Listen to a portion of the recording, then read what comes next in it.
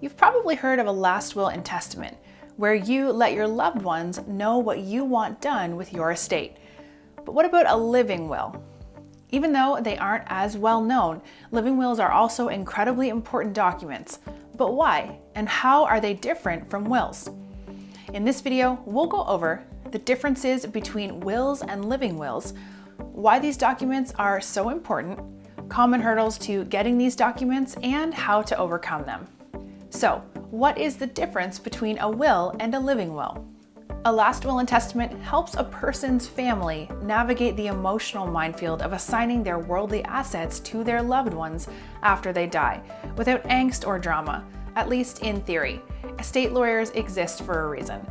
A living will details a person's wishes with regards to their medical care in the event that they should become put in a coma or persistent vegetative state, or are incapacitated in some other way that prevents them from communicating their wishes. While the last will and testament details a person's wishes for their property and assets after their death, a living will details that person's wishes to doctors and caregivers while they are still alive, hence the name. A living will also gives a person the ability to dictate their final wishes regarding funeral services if they haven't already done so in another format. Why are these documents so important? For starters, they could save your family from dealing with some pretty major financial burdens.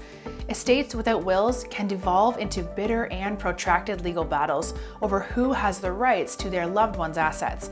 While those sometimes still happen even with a will, they are far less likely. With living wills, if you don't want to be kept alive in a coma, but nobody knows, your family could decide to let doctors keep you alive but unconscious indefinitely, which could cost thousands of dollars a day for families without health insurance. In addition to saving your family money, a living will could save your life. Many living wills include important health preferences for the patient, including potential treatments they do not want. If a patient has a living will, that includes, say, a list of medicines that they are allergic to, and that living will is presented to a doctor, the doctor could avoid giving those treatments. But most importantly, these documents provide your family with your wishes when you cannot. If you wind up in a coma for some reason, and your family has to decide whether to let you die or to keep you alive on machines, that decision can haunt them for the rest of their lives. If you have a living will, it takes the burden off of your loved ones by letting them follow your guidance. Yet, even though wills and living wills are incredibly important, most people don't have one. Fewer than 50% of Americans have their last will and testament completed, and that number's high compared to living wills. In fact, nearly 20% of Americans don't even know what a living will is, and only 6% have a living will.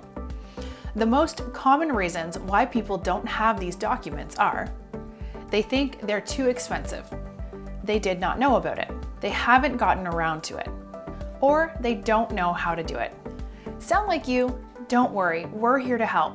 We've included links in the description with everything that you need to get these important documents, including step-by-step checklists to make sure that your family knows your wishes if anything happens to you.